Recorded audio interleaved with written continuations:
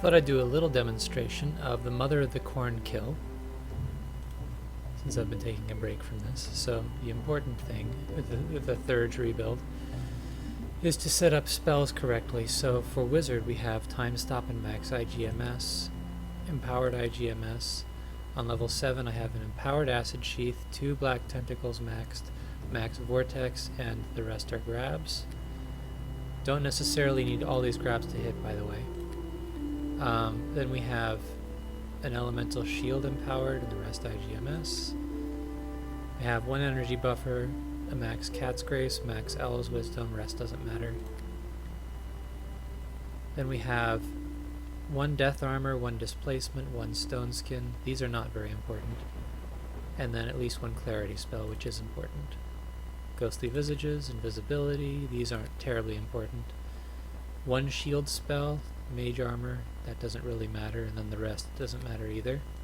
Then on the Cleric side, the only things that matter are to take 2 Magic Vestment spells, 1 Empowered Corona, Life's Grace could be used but isn't necessary. The rest, Empowered Searing Light, Maxed Searing Light, 2 Creeping Dooms, and there's a Destruction thrown in there for good measure. I guess I'll use that.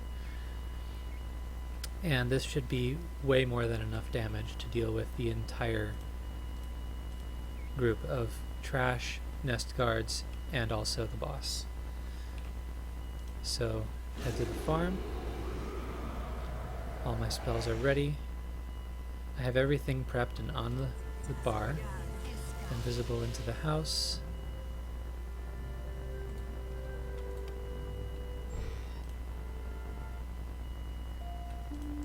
Spawn the kids, cast Clarity.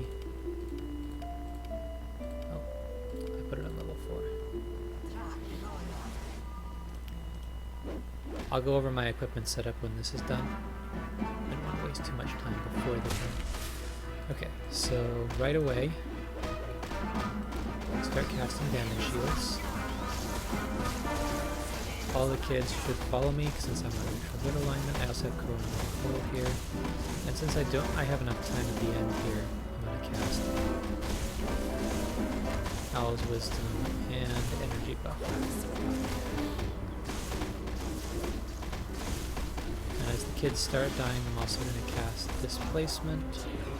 Start buffing myself with Magic Vestment. Shield. Cat's Grace. I'll do Mage Armor. Need to have about 66 AC here.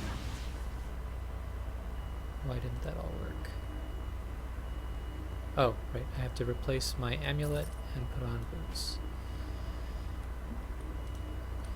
I have a little more AC because I have the Trueborn boots, whereas I'm only counting on having Rhiannon's constancy here. Okay.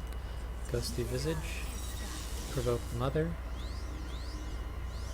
Immediately go into Time Stop and start grabbing things. It doesn't matter if the nest guards stay ungrabbed. Mostly I'm going for the Mother. Okay, I'll use the remaining grabs to hit as many nest guards as I can. And then I will try and grab everybody on this side. I'll let them cast Blade Barrier. Get the Blade Barrier stuck. Go over to the other side. And then I'll start with Evard and Vortex. Try to place it as central as I can to hit all of them. Now, while the nest guards are dying, I'm going to use a single target spell, Searing Light, to start putting some damage on the Mother.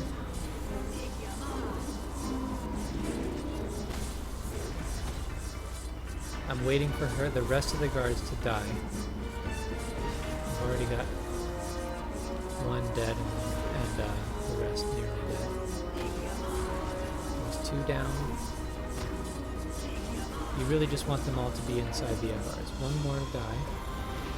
I'm going to start, since there's the 1 nest guard is kind of far away, I'm going to start casting Creeping Doom off to the side here so that it doesn't encompass the nest guard. I want it to start stacking up inflictions on the Mother. Now that the last nest guard is dead, I can start unloading missiles.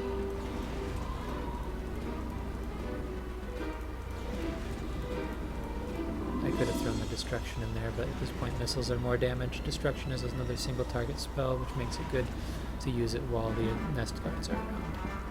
You don't want to use missiles when the nest guards are around, or they will split off and the damage will be less than once. So already she's at less than half health, and I've barely used any of my missiles. My first test of this, I didn't have to use any regular missiles. She should die in a couple spells here. Clarity is just now expiring. Alright, and she's dead.